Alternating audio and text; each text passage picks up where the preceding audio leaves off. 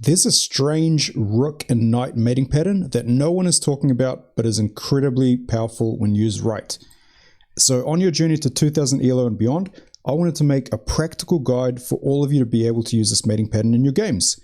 Now let's start with the true beginner level version. This is the mating pattern right here. Check, king moves up, rook g8, checkmate. You can play it on the edge of the board, and you can play it in the middle of the board. But this seems like a bit of a far-fetched position to reach, so how can we actually apply this pattern to our games? And it's really in the endgame where this pattern can make or break a game, and this is where we're going to start going into the practical ideas that will actually help you improve your chess. So let's take a look at this position. This is the crux of the endgame pattern, and then we'll go into these two endgames, or rather this one endgame with pawns here, and then the other version with the e6 and d3 pawns missing. So this is the position. There's nothing crazy about this position. It's pretty normal. White's played g3 at some point, the pawn's on e3, a knight has jumped likely from f6 or e5 onto g4. Nothing crazy about this, and we've got a rook floating about. So the key point of this pattern is rook b1, check, king g2, rook b2, and this is the key point. The key point is this mating pattern forces white's king to have to go back to the back rank, because king to f3 is met with that mating pattern, rook f2, checkmate, and king to h3 is even worse.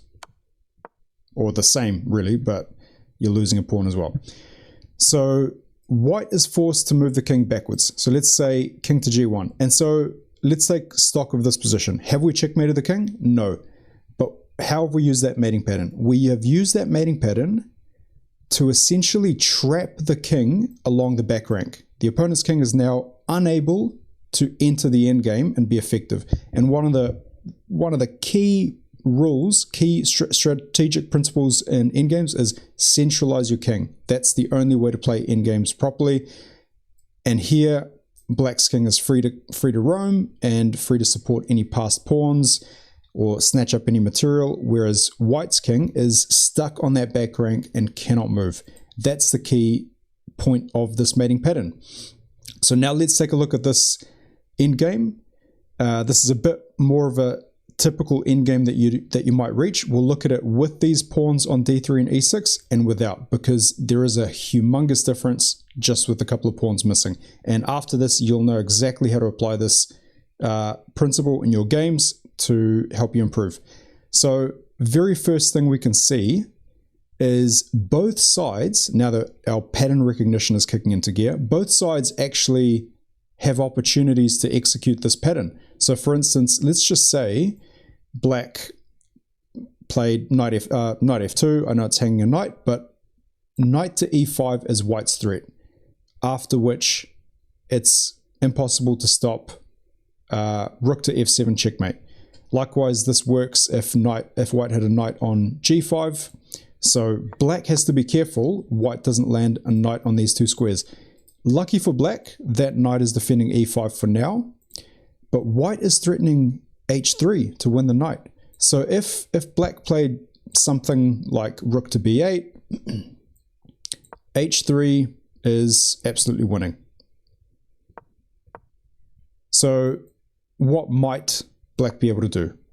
Black essentially has to sacrifice that knight in exchange for a bunch of pawns.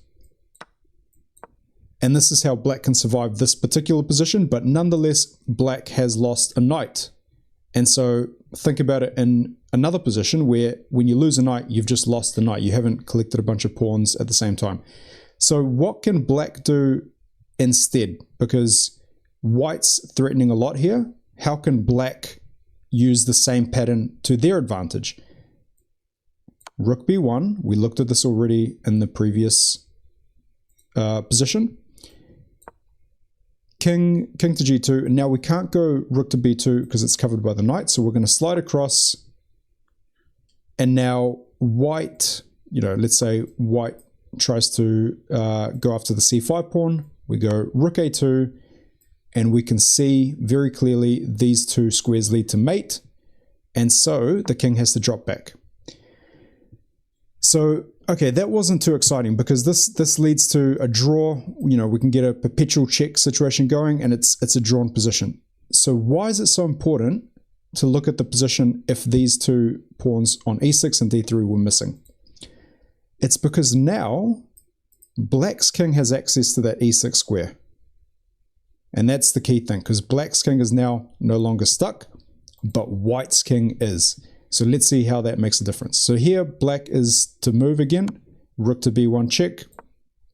And now, again, we can't go to rook b2 check instantly, so we're going to kick the knight out. The knight moves. Rook b2 check.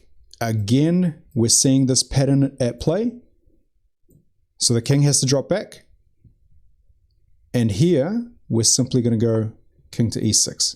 And now, white is helpless against stopping us either coming in with the king to tighten up the mating net or supporting the c-pawn to become a queen. White still has some counterplay, so black still has to see this game out.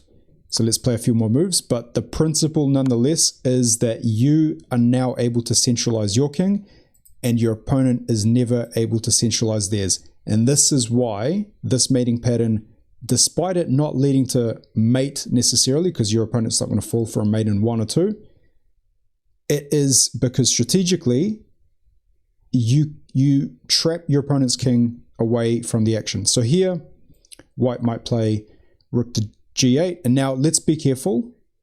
We can't go king e4 check because that loses the knight to this sneaky tactic here, and then white picks up the rook. So we're not going to do that. We're not going to play king e4. Instead, we're going to play rook g2 check, forcing king h1, rook e2, protecting the knight and threatening checkmate. So the king slides across, and now we play king e4. And so let's take a look at this position now. Oh my goodness. Black is in total control of the position. We've got a passed c-pawn. We have a king that's about to go to f3. We've got just this king that's about to be checkmated if white isn't careful, and black is the only one who can win this game. Again, there's a bit more play left on the position, but this is how quickly the game can turn around if you can recognize this pattern, because a lot of us will say, you know, it's just the knight on g4, it doesn't do much, but it's these hidden mating patterns that you utilize in your endgames that will help you skyrocket your chess. So I hope you guys got something out of this video. Hope you guys can apply it to your games as you play on chess.com or Lichess or wherever you like to play, or over the board. And yeah, let me know how you go, and I'll see you guys in the next video. Peace out.